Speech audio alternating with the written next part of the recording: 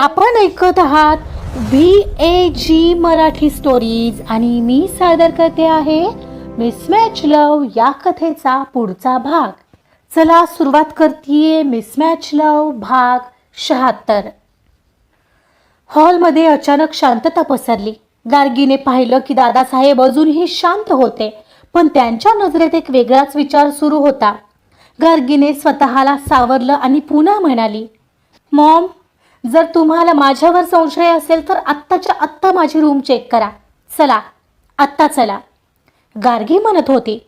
पण एक मिनिट. कार्तिकचा करडा आणि गंभीर आवाज हॉलमध्ये घुमला. त्याने एक पाऊल पुढे टाकलं आणि गायत्रीच्या समोर जाऊन उभा राहिला. त्याच्या डोळ्यातला संताप पाहून गायत्री ही एक पाऊल मागे सरकली. मॉम, हे जे काही चाललंय ना, ते आत्ताच्या आत्ता थांबव. गार्गी जरी परवानगी देत असली तरी मी हे होऊन देणार नाही. माझा तिच्यावर पूर्ण विश्वास आहे. हो, बरोबर आहे कार्तिकचं. या घरची सून आहे ती. तिला पैशांची गरज आहे, मला माहिती आहे. पण म्हणून ती एवढी मोठी चोरी नाही करायची, हो ना गार्गी? निधी काकू मध्येच बोलली. निधी काकू, प्लीज, विषय इथेच बंद कर. कार्तिकने त्यांना एका झटक्यात गप्प केलं. त्याने पुन्हा गायत्रीकडे मोर्चा वळवला. मॉम, गार्गीच्या रूमची झडती घेणं म्हणजे माझ्या निवडीवर आणि माझ्या विश्वासावर अविश्वास दाखवणे.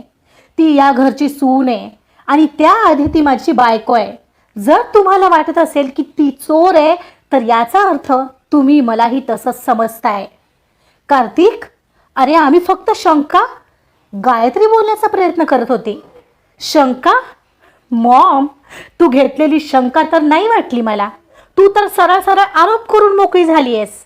आणि जर आज तुम्ही आमच्या रूममधलं तिचं कपाट तपासलंस ना, तर मग मला विसरायचं. जर गार्गीच्या चारित्र्यावर आणि तिच्या प्रामाणिकपणावर असा संशय घेतला जात असेल ना, तर मी हे घर आत्ताच्या आत्ता गार्गीसोबत सोडून जाईन. अरे कार्तिक, तू या काल आलेल्या बाहेरच्या मुलीसाठी तुझ्या जन्मदात्या मॉमशी असं बोलतोयस? पटतंय का तुला हे? मनीष कधीचा शांत होता तो येऊन आता ताडताड बोलला. बाबा, तुम्ही आता शांत का बसलाय? बोला काहीतरी. ते बोलणार नाहीत. प्रश्न माझ्या बायकोचा आहे आणि मी बोलतोय एवढं पुरेसं नाही आहे का काका? कार्तिकचा आवाज आता काकावरही वाढलेला. बाद झालं. मघापासून बघतोय. गार्गीच्या कपाटाची तपासणी होणार नाही असं कार्तिक बोललाय ना, मग हा विषय इथेच बंद करा. ती पोर अशी नाहीये. दादासाहेब एकदाचे म्हणाले. हो, आणि मॉम, मी बघतो कुठे गेली आहे ती अंगठी. मग तर झालं. चल गार्गी. कार्तिकने मागे वळून तिचा हात घट्ट पकडला. त्याच्या हाताच्या स्पर्शात एक वेगळीच सुरक्षितता आणि ठामपणा होता. कोणाचंही काहीही न ऐकता कार्तिक गार्गीला घेऊन सरळ पायऱ्या चढून वर निघून गेला. पायऱ्या चढतानाही गार्गी सुन्न होऊन त्याच्याकडे पाहत होती. कार्तिकच्या त्या शब्दांनी हॉलमध्ये जणू शांतता पसरली होती. मनीष आणि निधीचे चेहरे पांढरे पडले. त्यांना वाटलं होतं की या निमित्ताने गार्गी घराबाहेर जाईल, पण इथे तर कार्तिकने घर सोडायचीच भाषा केली होती आणि ठाम गार्गीच्या सोबत उभा राहिलेला, जे की त्यांना हे अगदीच अनपेक्षित होतं. गायत्रीच्या चेहऱ्यावरही आता टेन्शन होतं, कारण दुपारपासून निधीनेच तिला जे काही सांगितलं तेच तर घडत होतं. कार्तिक तिच्या मते आता तिच्या हातात राहिला नव्हता. खाली हॉलमध्ये सगळे एकमेकांकडे पाहतच राहिले आणि इकडे दादासाहेबांच्या मनात आता अनेक शंका कुशंकांनी जन्म घेतलेला. दुपारी मनीषने गार्गीवर नाव घेतलेलं. कार्तिकच्या रूममधली वस्तू त्या अनोळखी पार्टीमध्ये आलेल्या मुलीकडे कशा गेल्या यासाठी, आणि आता लगेच हिऱ्यांच्या अंगठीच्या चोरीचा आळ तिच्यावर येतो याचा अर्थ काय? घरातीलच कोणी असं वागतंय का? बारकाईने विचार करता लक्षात येत होतं की गार्गीकडे काय हेतू आहे असं काही करण्याचा. तर कदाचित काहीच नाही. ती मुलगी कसल्याही पैशाला आकर्षित होत नाही. ती असं करणं अशक्यच आहे. पण मग कोण आहे तो घरातला भेदी, जो या घराला तोडू पाहतोय? श्रीकांत की मनीष का निधी? इकडे एव्हाना कार्तिकने हात पकडून गार्गीला रूममध्ये आणलेलं आणि दरवाजा जोरात बंद केला. गार्गी अजूनही सुन्न होती. तिचे डोळे पाहण्याने डबडबले होते. तिला अजूनही त्या अपमानाची बोध सलत होती, पण त्याहून जास्त धक्का कार्तिकने घेतलेल्या भूमिकेमुळे नक्कीच बसला होता. रूममध्ये आल्यावर कार्तिकने एक दीर्घ श्वास घेतला आणि तो गार्गीकडे वळला. त्याचा चेहरा मघाच्या संतापापेक्षा आता थोडा मवाळ झाला होता. आय एम सॉरी गार्गी, मॉममुळे तुला सगळ्यांसमोर अशी मान खाली घालावी लागली, कार्तिकने हळुवारपणे म्हटलं. त्याच्या आवाजातली ती आर्तता गार्गीच्या मनाला स्पर्श करून गेली. गार्गीने आपले डोळे पुसले आणि त्याच्याकडे पाहत म्हणाली, पण तुझा खरंच माझ्यावर इतका विश्वास आहे? हे पाहून मला काय वाटतंय हे मी शब्दात सांगू शकत नाही आहे. थँक्स कार्तिक, पण तू त्यांना रूम चेक का नाही करू दिलीस? कर, नाही तर डर कशाला? त्यांनी चेक केलं असतं तर मी निरपराध आहे हे सिद्ध झालंच असतं ना, गार्गी अगदी विश्वासाने म्हणत होती. नाही गार्गी, प्रश्न फक्त तुझा नाही आहे. तुझ्या कपाटाची झडती घेणं म्हणजे माझा आणि माझ्या निर्णयाचा अपमान आहे आणि मला कोणालाही काहीही सिद्ध करून दाखवायची गरज वाटत नाही, कार्तिक ठामपणे म्हणाला. कारण त्याला वेगळीच भीती वाटत होती, कदाचित त्याची मॉम चुकीची ठरण्याची. तुला नसेल वाटत, पण मला वाटतंय ना कार्तिक. नाही कार्तिक, पण मॉम ज्या पद्धतीने माझ्यावर अविश्वास दाखवत होत्या आणि इतक्या ठामपणे असं म्हणत होत्या. एक मिनिट, मला स्वतःला कपाटात पाहावं लागेल. मला स्वतःला निरपराध केल्याशिवाय समाधान नाही मिळणार. गार्गी अस्वस्थपणे कपाटाकडे वळली. गार्गी थांब, काय करतेस तू? वेडी आहेस का तू? कार्तिकने तिला थांबवण्याचा प्रयत्न केला, पण गार्गी आता ऐकण्याच्या मनस्थितीत नव्हती. मी असा न केलेल्या गोष्टीचा दोष कधीच सहन करू शकत नाही कार्तिक. माझ्या आयुष्यात माझं कॅरेक्टर माझ्यासाठी खूप महत्त्वाचं आहे, इतर कशाही पेक्षा. तिने कपाट उघडलं आणि भरभर त्यातले कपडे बाजूला करू लागली. कार्तिक तिच्या मागोमागे येऊन उभा राहिला. तो तिला समजावत होता. गार्गी बस कर, माझा तुझ्यावर पूर्ण विश्वास आहे. तुला हे का सिद्ध करणं इतकं इम्पॉर्टंट वाटतंय? मी काही बोललोय का तुला? तू नाही म्हणालास हे माझं भाग्य, पण बोलता बोलताच गार्गीने साड्यांची एक ठप्पी वर उचलली आणि तिच्या काळजाचा ठोका चुकला. कपड्यांच्या खाली ती हिऱ्यांची अंगठी लकाकत होती. गार्गीचे डोळे विस्फारले गेले. तिने एकदा कार्तिककडे आणि एकदा अंगठीकडे पाहिलं आणि मग तिने ती थरथरत्या हाताने बाहेर काढली.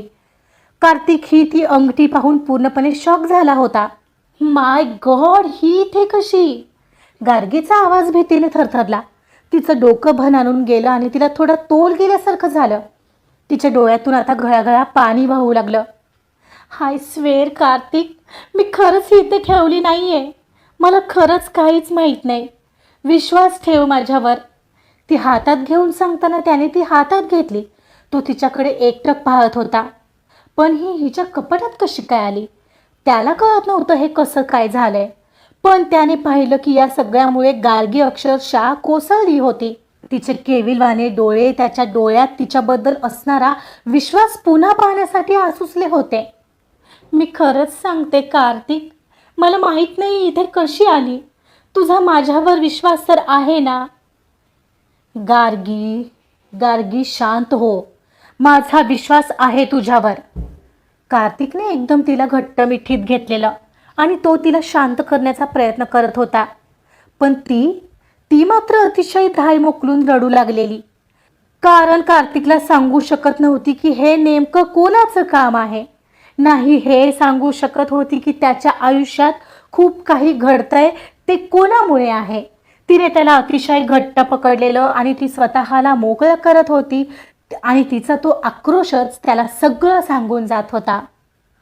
ओ गॉड, मला माहिती आहे सगळं कोणी केलंय, पण कार्तिकला सांगून ही विश्वास बसणार नाही. काय करू? ग्रँडपांशी बोलायचं होतं, पण त्याआधीच हा डाव खेळलाय निधी काकूने. याने विश्वास नसता ठेवला तर काय केलं असतं मी? गार्गी कार्तिकच्या मिठीत मिटलेली हाच विचार करत होती. मी असा न केलेल्या गोष्टीचा दोष कधीच सहन करू शकत नाही कार्तिक. माझ्या आयुष्यात माझं कॅरेक्टर माझ्यासाठी खूप महत्त्वाचं आहे, इतर कशाही पेक्षा. असं म्हणत स्वतःहून कपाटात अंगठी शोधायला गेलेली गार्गी जर तिने ती अंगठी लपवली असती तर स्वतःच शोधायला का गेली असती? आणि हे सगळं समोर आल्यावर तिच्यासाठी हे किती अपमानास्पद असेल. पण कोणी आणि का केलंय हे? काल रात्री पार्टीला आम्ही सोबत गेलो, सोबत आलो आणि सकाळीही तर मीच तिला तिच्या बुटीकमध्ये सोडलं आणि घरीही तर ती माझ्याच सोबत आली.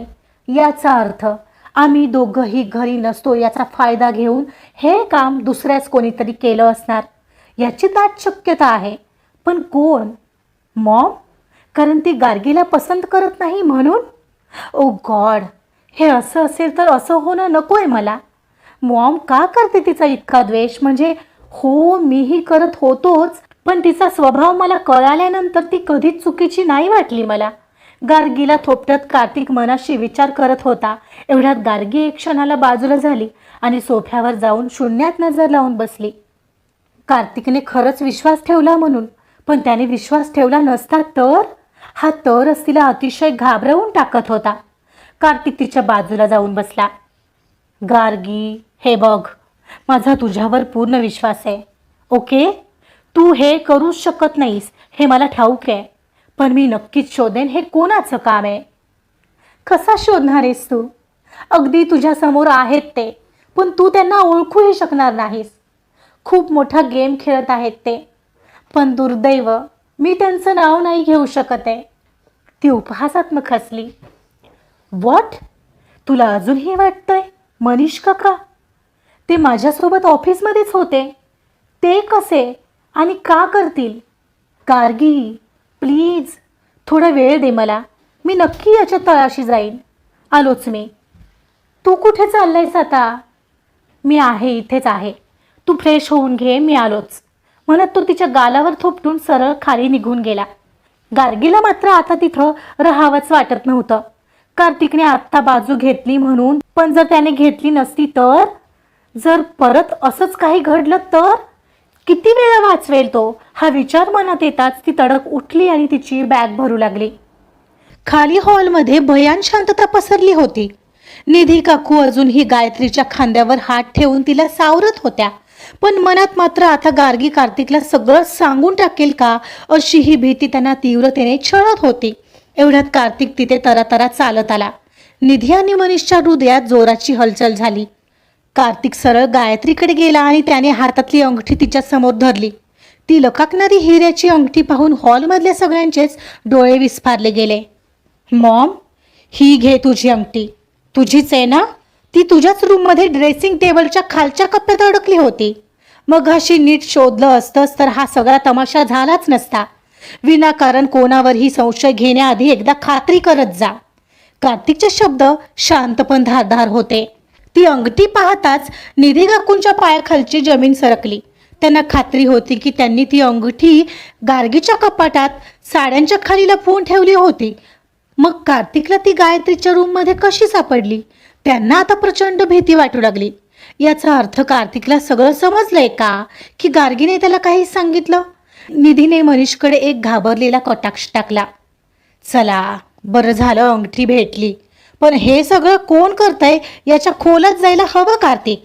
आता मी तुला सांगतोय, काल पार्टीमध्ये आलेली ती मुलगी आणि मागे गार्गीच्या ड्रिंकमध्ये अल्कोहोल मिसळणारी व्यक्ती, या दोन्ही घटनांमध्ये काही साम्य आहे का हे तू जातीने शोधणार आहेस, दादासाहेब म्हणाले. हो ग्रँडपा, असं वाटतं आता मला शोधावं लागेल, कारण आता खूप झालंय. आत्तापर्यंत मी हलक्यात घेत होतो, पण आता नाही. आणि हो, ज्यांना गार्गी घरात नकोय त्यांना मी सुद्धा नकोय असंच समजेन मी. त्यामुळे इथून पुढे तमाशा करताना 4 वेळा विचार करा. कार्तिकने मनीष, निधी आणि गायत्री यांच्याकडे क्रमाने नजर टाकली आणि सरळ वर निघून गेला.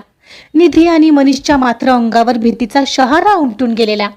त्यांना आता कळून चुकलं होतं की आजचा त्यांचा डावही त्यांच्यावरच उलटला होता आणि कधीही सगळं दादासाहेबांसमोर येईल.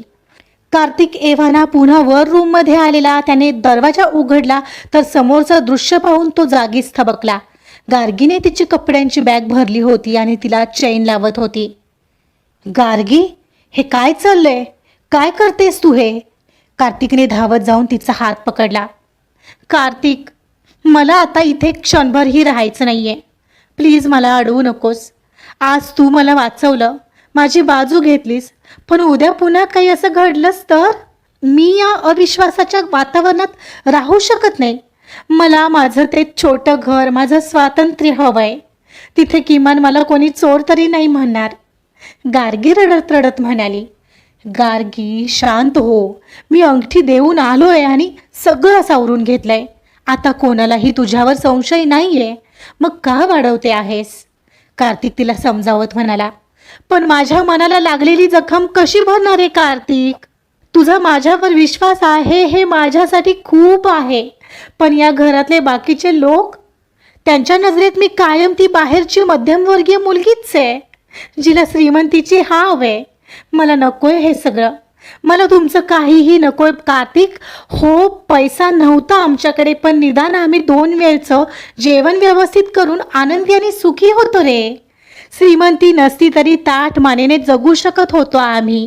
पण आज हे सगळंच बदललंय, ती हताशपणे म्हणाली. कार्तिकने तिचे दोन्ही खांदे धरले आणि तिला स्वतःकडे वळवलं. गार्गी, तू आता कुठेही जाणार नाहीयेस. हे तुझं घर आहे आणि तू निर्दोष आहेस. तरीही अशी निघून जाशील तर मी खाली जाऊन जे काही सांगितलं त्याला अर्थ राहणार नाही. माझ्यासाठी थांबशील का? आणि ग्रँडपनसाठी, ज्यांचा तुझ्यावर अजूनही विश्वास आहे, त्यांच्यासाठी तरी थांबशील का? कार्तिकने ग्रँडपांचं नाव घेतलं तसं तिला आठवलं. त्यांनीच तर या घराला घरपण देण्यासाठी इथे आणलेलं आणि त्यांच्या घरात नेमकं काय चाललंय हे त्यांना सांगितलं पाहिजे, त्याशिवाय त्यांना कळणार नाही. गार्गी त्याच्याकडे पाहत राहिलेली. तिच्या मनात विचारांचं काहूर माजलं होतं. तिला पळून तर जायचं नव्हतं, पण तिचा स्वाभिमान तिला इथं राहू देत नव्हता. गार्गी, मला वाटतं हे सगळं तुला घरातून बाहेर काढण्यासाठी करत असणार, पण आता मी आहे ना तुझ्यासोबत. मी तुला एकटं पडू देणार नाही. I promise. कार्तिकच्या मनात वेगळी शंका होती. त्याला वाटत होतं फक्त गार्गीला बाहेर काढण्यासाठी हे चाललंय. तिने होकारार्थी मान हलवली. पण तिला एकच गोष्ट त्रास देत होती. बिचाऱ्या कार्तिकला वाटत होतं हे सगळं फक्त गार्गीला बाहेर काढण्यासाठी आहे, पण तसं ते नाहीये. उलट त्यांना तर कार्तिकचाच प्रॉब्लेम आहे आणि असं असताना ती त्याला एकटं सोडून जाऊ कशी शकत होती? तिने तिचा विचार क्षणार्धात बदलला. आजचा भाग इथेच संपलेला आहे. पाहिलं, कार्तिकने खरंच गार्गीची बाजू घेतली आहे आज, तेही सगळ्यांसमोर, आणि तिची साथ दिली आहे. पण गार्गी आता ग्रँडपांना भेटून काही सांगेल का आणि ते तिच्यावर विश्वास ठेवतील का? पाहूया पुढच्या भागात काय होतंय. जाणून घेण्यासाठी ऐकत रहा मिसमॅच लव्ह. कथा आवडत असेल तर प्लीज लाईक करा, सबस्क्राईब करा आणि शेअर सुद्धा करा. Thank you so much.